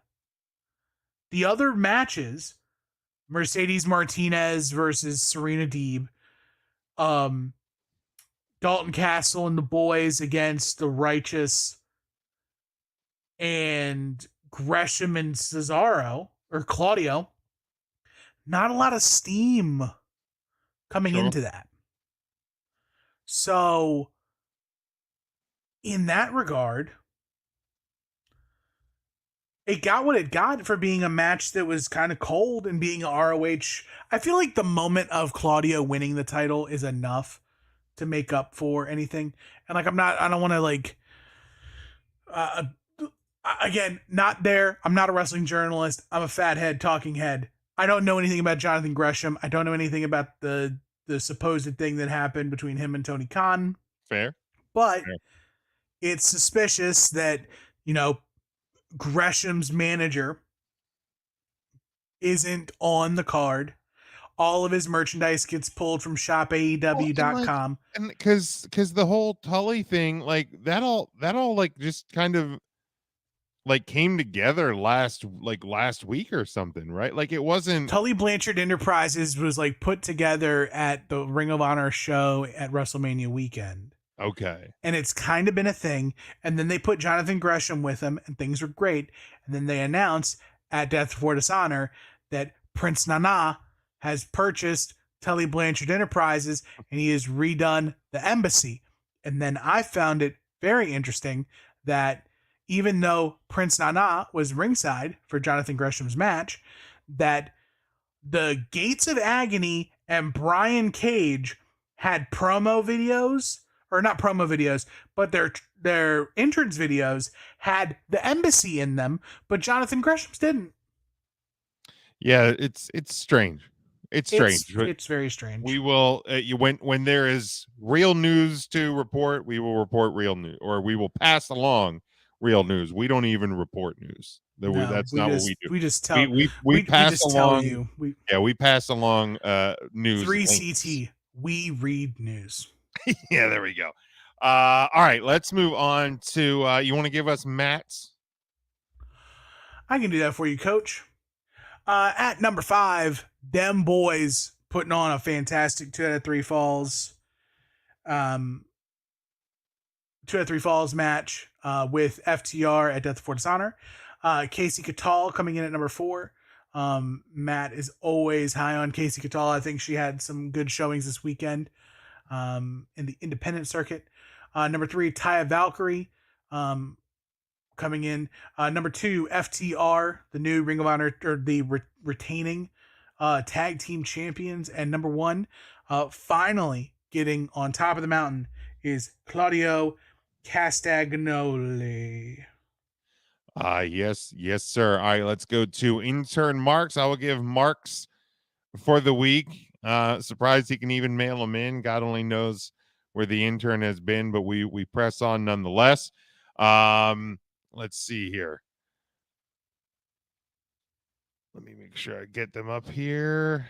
The Briscoes. He also have the Briscoes at number 5. He has Hook, the new FTW champion, at his number 4. Dalton Castle and the boys, not them boys, the boys, at number 3. Claudio Castagnoli, number 2, and FTR is intern Marks number 1 for this week. Tim, you want to go ahead and give your wrestlers of the week? I sure can. That is you. That's not me. That's you. Oh, I saw M. Number 5, Absolute Ricky Starks. Man is a star. Made man. Number 4, Daniel Garcia. Also made man. Star. Number 3, Hook. Made man. Number 2, FTR for reasons already explained. Number 1, Claudio Castagnoli. I'm so excited as a fan of his to finally get to see him climb to the top of the mountain. What a sight. I paid my hard-earned money to see that live, so for sure. All right, and then for me, I have Wheeler Yuter, her, as my number 5. I have Mercedes Martinez, still the ROH Women's World Champion, as my number 4. Dalton Castle and the boys, my number 3 for the week. Claudio, great to see him, finally get the just due that he deserves. And man, I really wish Claudio could have been my number 1 this week, but that match, FTR and them boys doing the thing in the tag team world and doing it better than everybody else in the tag team world right now. So got to give FTR the love for what they did this week. So for the week, we have Taya Valkyrie at number 5. Hook is our number 4. Dalton Castle and the boys, number 3. FTR 2, and Claudio is our number 1 for week number 15. And then let's look at the top 10. And Tim, it is finally looking like a relatively normal group like a top of people 10 in top 10. So at the number 10 spot, we have a 3-way tie: Jay Briscoe, Mark Briscoe, and Lil Liv Morgan still hanging on at number 10. Claudio jumps up into the top 10 this week. He's at number 9. Speedball Mike Bailey by himself at number 8. Josh Alexander, Cody Rhodes, and Taya Valkyrie are in a 3-way tie for 5th place with 18 points. CM Punk and the FTR boys, Dax Harwood, Cash Wheeler, are in a 3-way tie at number 2. And the big man in AEW, Wardlow, is still your number 1 for the Wrestler of the Year top 10 through week number 15. And that is where we leave that. Since John Moxley and Cesaro, way before Gargano, there was Savage and Roddy, and Saturdays on NBC. These 5 guys on Facebook are gonna take a hard look. Come Thursday brings to you the wrestler on the week. All right, that brings us to our close of the week. And now I just want to make everyone aware. You normally on Tuesdays we drop our 3CT pod that let's go behind the curtain here a little bit. we record it after this show on Thursday nights. But no, that'll just be our little secret, I promise. But there will not be a quote unquote normal 3CT pod this Tuesday. We're obviously going a little bit longer here than our normal show. And again, thank you to Breaux Keller for joining us in the first hour. Great discussion with him. Great guy. Now make sure you follow along with everything he is doing. So let's get everything else in this week. We decided to scrap the recording back WrestleMania weekend as we sat around and broke bread, and as you will hear on the episode, broke pizza together. We did a few of our legacy podcasts. This one has to do with some of our favorite bands. So you will hear that one this coming Tuesday. Make sure you subscribe to us on all the podcast feeds, and there will be an audio version up on the YouTube as well on Tuesday. So that drops at around 10 o'clock in the morning. So make sure you are following us and subscribing there so you do not miss that. All right, Tim, the show of the summer, the WWE's second biggest event. We have SummerSlam this Saturday night, July the 30th, from Nissan Stadium in Nashville, Tennessee. There are now just 8 matches officially on the card. So let's kind of start with that question that we fell into with Breaux in the first hour. What do you think Seth Rollins ends up doing at SummerSlam? I think he fights somebody. That's about his best. I don't. That's fair. That is fair. Yeah, I'm just trying to think like who or what. I don't know. Like Cody Rhodes. Here we go.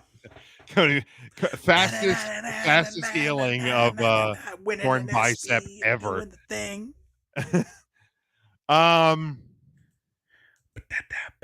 I think Randy comes back. I think summer breaks over. I think Daddy's gonna come home to avenge Riddle. Yeah, I think. Thank you, Devin. Appreciate that. Devin thinks he's gonna have a match with someone. There we go. Good bold prediction. I love it. Yeah, I'm gonna say Randy. I'm gonna say, hey, Randy's coming back. And Devin says Johnny Gargano. That would be a wild one, unexpected. I think that's the big kind of wild card going into this weekend is now with Daddy Hunter in charge, man.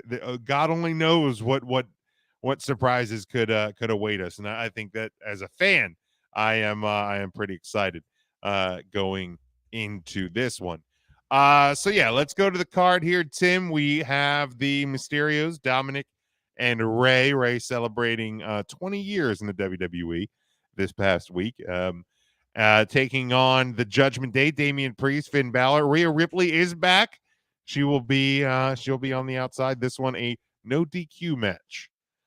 Tim, how do you see this one go?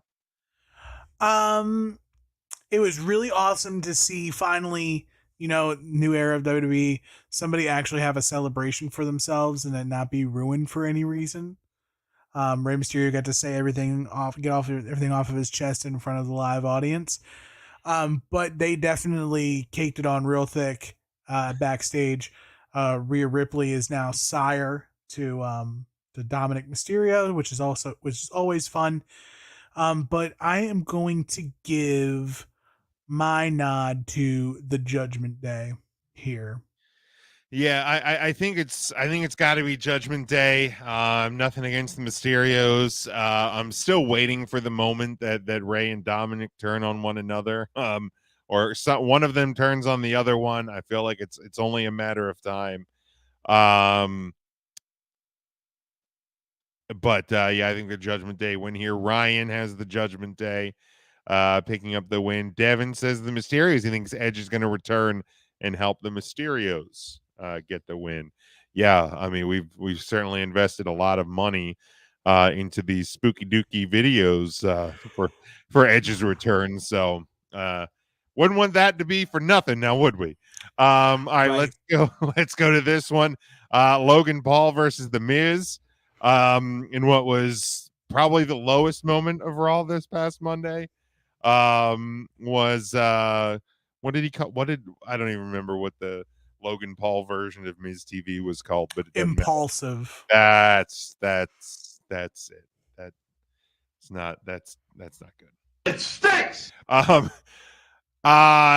think it's Logan Paul's win here. I think to me it's fairly easy. They signed him officially. Miz is one of those guys that's fairly bulletproof. So I think Logan Paul gets the win. I think Logan Paul gets the win too. But he is definitely not likable at all. Yeah, it's weird because I know Mr. Thrower, our friend Charlie here. We were discussing on Monday how do you have Logan Paul as like the face and Miz is the heel? I'm like, well, because Miz is a heel. And even though like Logan Paul is a heel. Right. I mean, they're both great heels, but I guess to me the logic here is like, are you really gonna turn Miz face to have him face Logan Paul and then have him just turn heel again? You know what I mean? So I kind of see the reason why we don't turn the Miz. But yeah, I think the match will be fine. I think they actually have pretty decent chemistry with each other. Logan Paul gets a win. Ryan has Logan Paul. Devin has the Logan Paul as well. Then we go to Devin says he doesn't expect too much from Logan Paul. Still pretty green in its first singles match. Yeah, and I mean I think that's why you put him in there with a guy like The Miz. Because The Miz, the people don't want to give The Miz credit, but man, The Miz is one of the best, and he's there's a reason he's been there for as long as he has, and has only been once. Fuck you, zombie lumberjack match. But that aside, he is one of the best. He wasn't even in that match, or did he got hurt? Yeah, he got hurt. He the fucking oh God, I hate that goddamn. What was the name of the movie? Oh, I don't even remember, Tim. It was the Netflix movie with Dave Bautista. Yeah, let's find out here. Army of something. Army of the Dead. That might have been it. Let me see if I can find the. Let's see, filmography. 2020 was that what year? Yeah, Army of the Dead. Army of the Dead, starring Dave Bautista. Fucking and Damian Priest shot his fake arrow into the sky and unveiled the Army of the Dead logo. Oh, it was so bad. I hate it so much to this day. So I hate it. All right. Bianca Belair taking on Becky Lynch for the Raw Women's title. It's got to be Bianca retaining. I still say I would love it if they do, and don't get me wrong, I still do want a good long match from these two. I think they do work great together. They're two of the best in the company to do it. But if you have bigger and more surprising plans for the night, I would still love to see a shorter match with Bianca retaining and going, you know what? I still got something left in the tank. And then Bayley comes back and comes a calling and wants that title. But we will see. I just want Bayley back on my TV, Tim. That's what it comes down to. Respectfully, man. Respectfully. Speaking of respectfully, did the Alexa pictures that she posted? Respectfully. Nice. I foresee this being a very, very short Bianca Belair match. I believe she's got a receipt at SummerSlam to give Becky real fast. But if not, I still think that the EST wins here. There's still not anyone really up in that echelon to challenge for the title, but we need a new challenger, whether that's Bayley, whether that's Rhea Ripley, now that she's back. There's got to be someone new to go after that title, and I don't think that it is Becky's time to win the title again. For sure. Ryan has Bianca as well. Devin has Bianca Belair as well. Then we go to the singles match for SmackDown Women's title. Liv Morgan, the champion, little Liv, defending against Ronda Rousey. I'm picking with my heart on this one, and I'm scared, Tim. And I'm scared, but I'm picking with my heart. I'm going with little Liv to retain, but I'm worried that little Liv is not going to retain. I want her to do it. I want the magic run to keep going. But there's part of me that's a little worried here that Ronnie's just going to get the belt back. I'm going to go Lil Liv here. If for no other reason than just, I hope so. Good. All right. I just hope so. Ooh, all right. We do have a Matt here with us tonight. Matt, what's going on, man? Better late than never, right? Sorry, I missed 94% of the show here. All good. We're obviously talking about SummerSlam. We'll give you a quick catch up here. Whatever Devin picked, give me the opposite. Excellent. All right, so that means you have Judgment Day going over the Mysterios. Okay. You have The Miz going over Logan Paul. I'm fine with that. And you have Becky Lynch winning the Raw Women's title from Bianca Belair.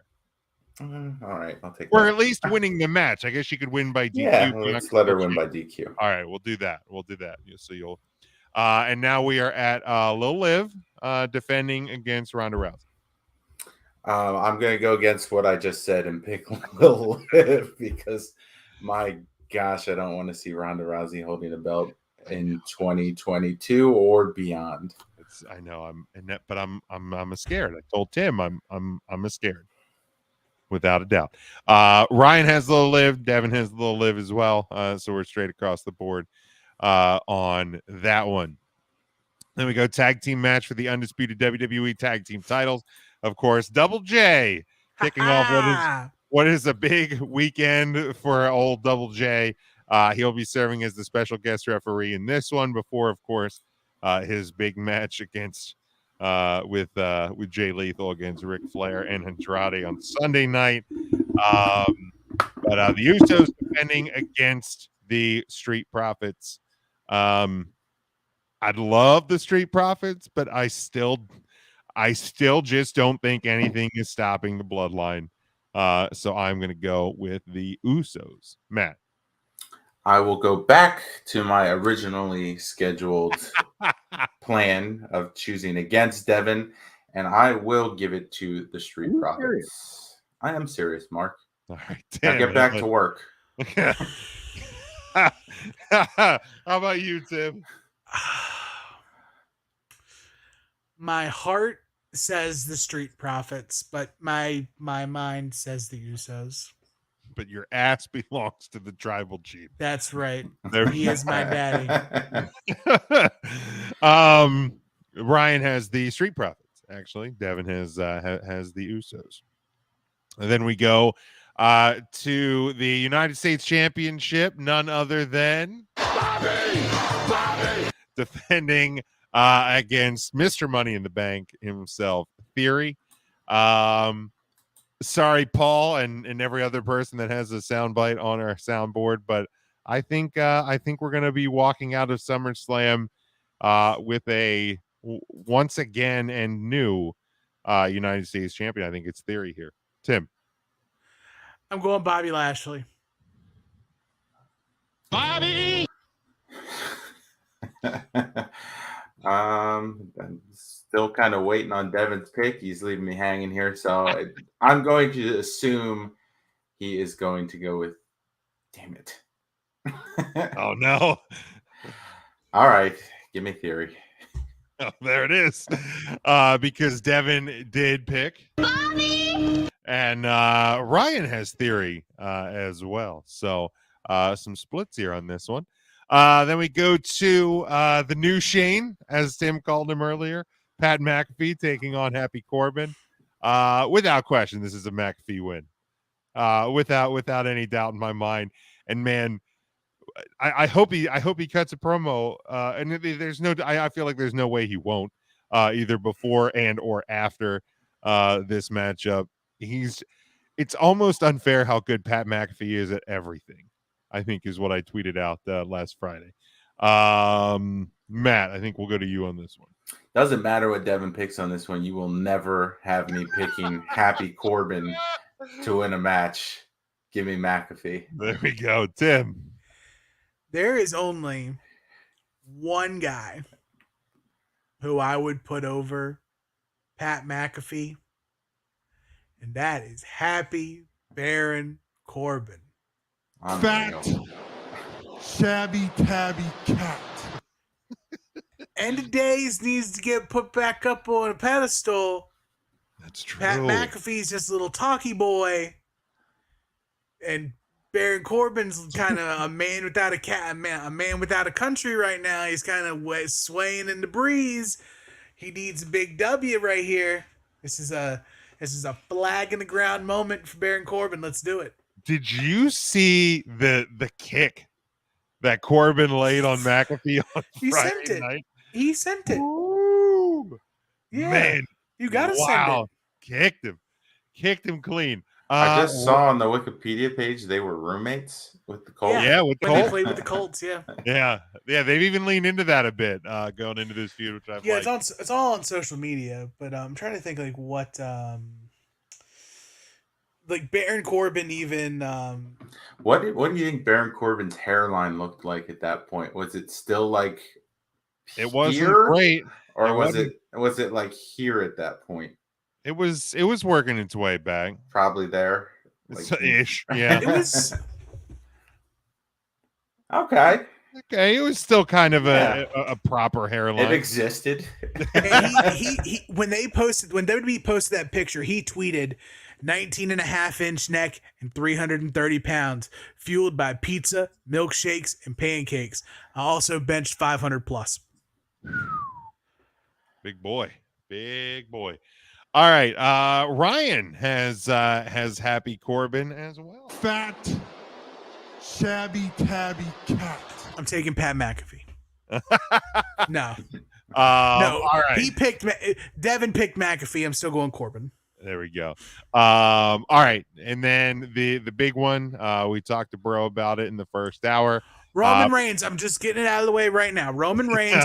Roman Reigns forever. Austin Theory better not try to cash in. Seth Rollins better not try no hinky shit. Fucking let's go. Head of the table. King of my heart. Dad. Real life Jason Momoa. Roman Reigns. The last man standing match for the undisputed WWE Universal Championship. Roman Reigns defending against Brock Lesnar. It's a shame it's not an I Quit match. It is not an I Quit. It is a last man standing. No Mike Chioda asking if ring the bell. Do you give up? You give up? You look, I said it earlier, I'll say it again. It's Roman. The answer is Roman. It should continue to be Roman.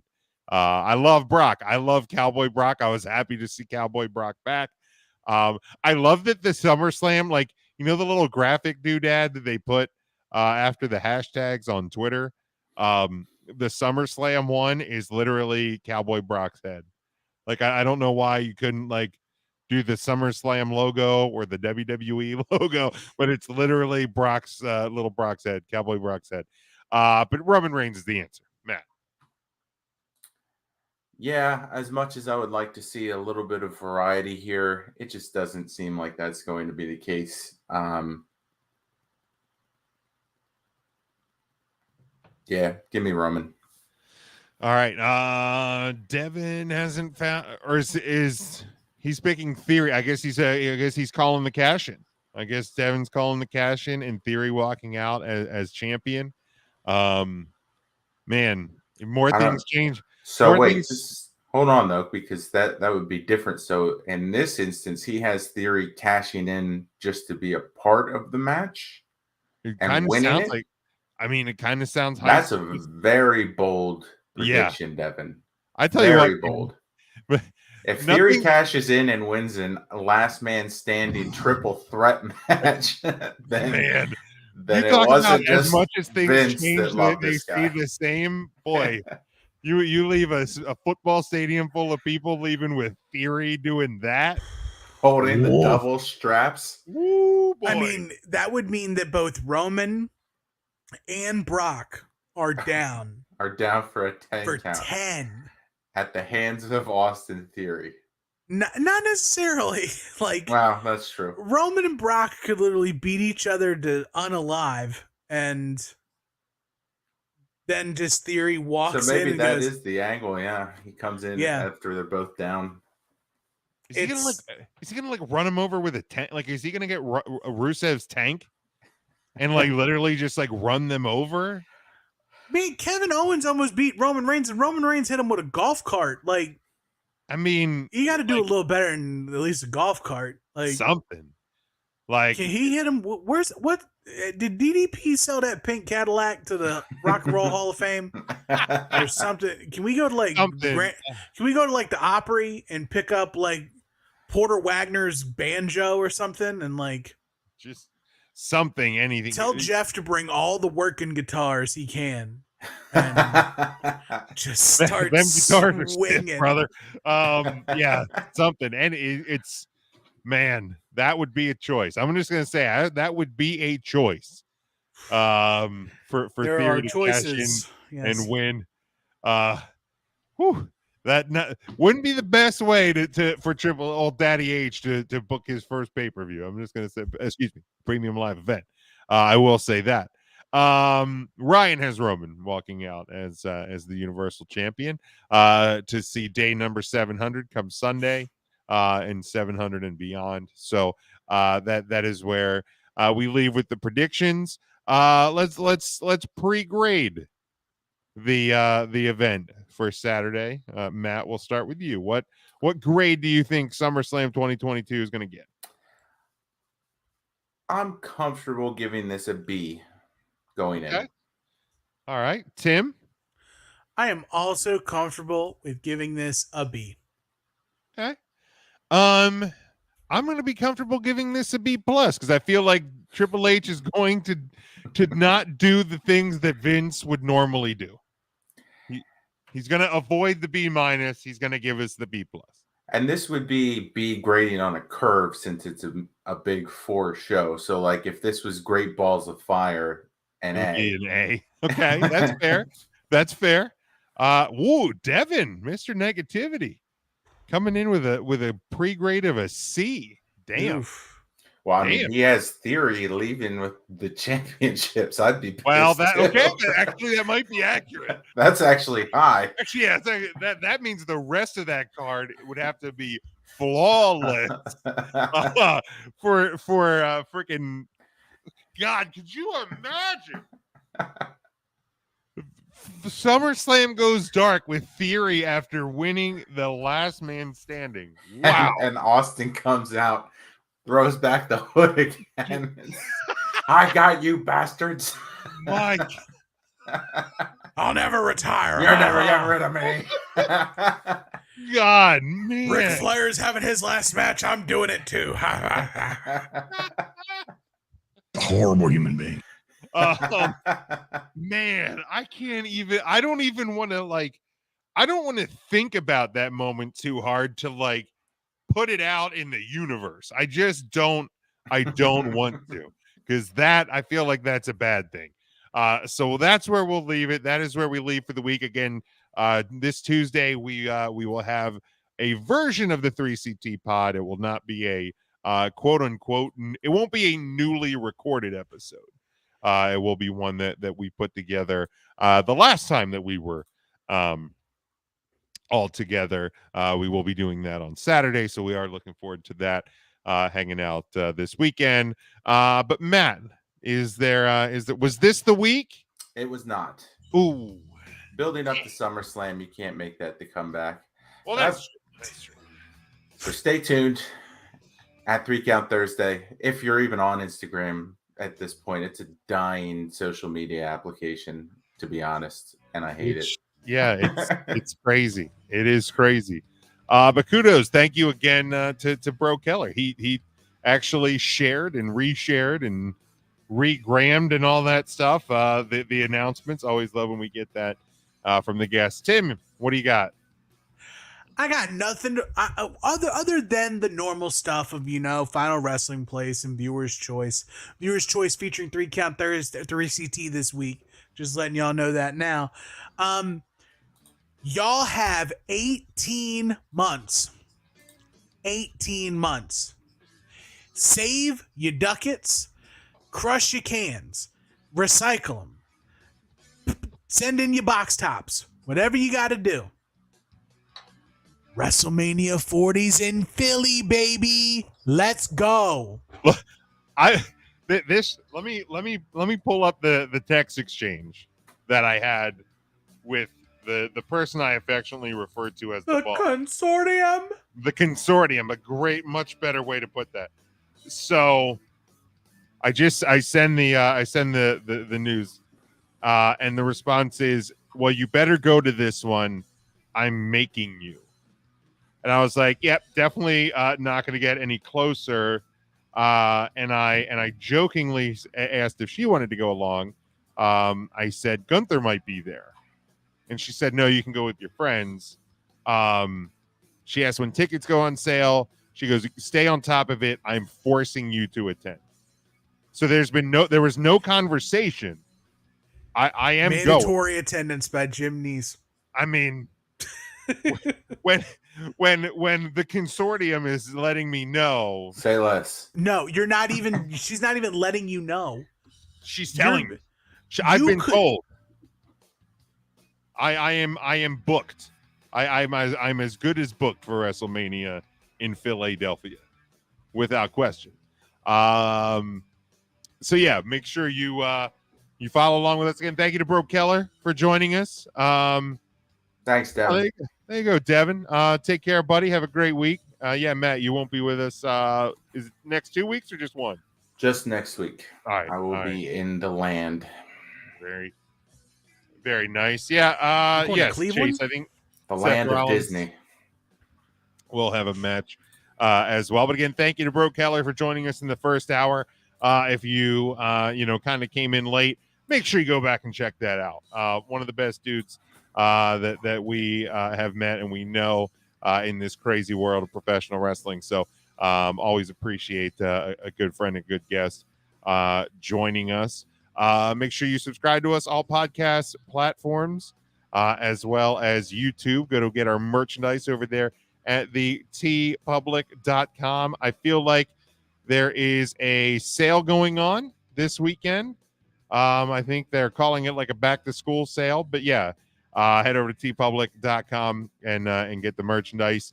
Go to the website, 3countthursday.com, get the Patreon as well. And until next week, enjoy SummerSlam. Take care of yourself.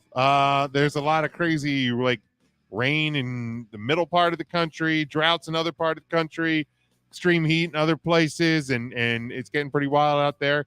Monkeypox. So just be clean, be safe, take care of yourself, and until next time, stay safe, stay smart, and go for the pin.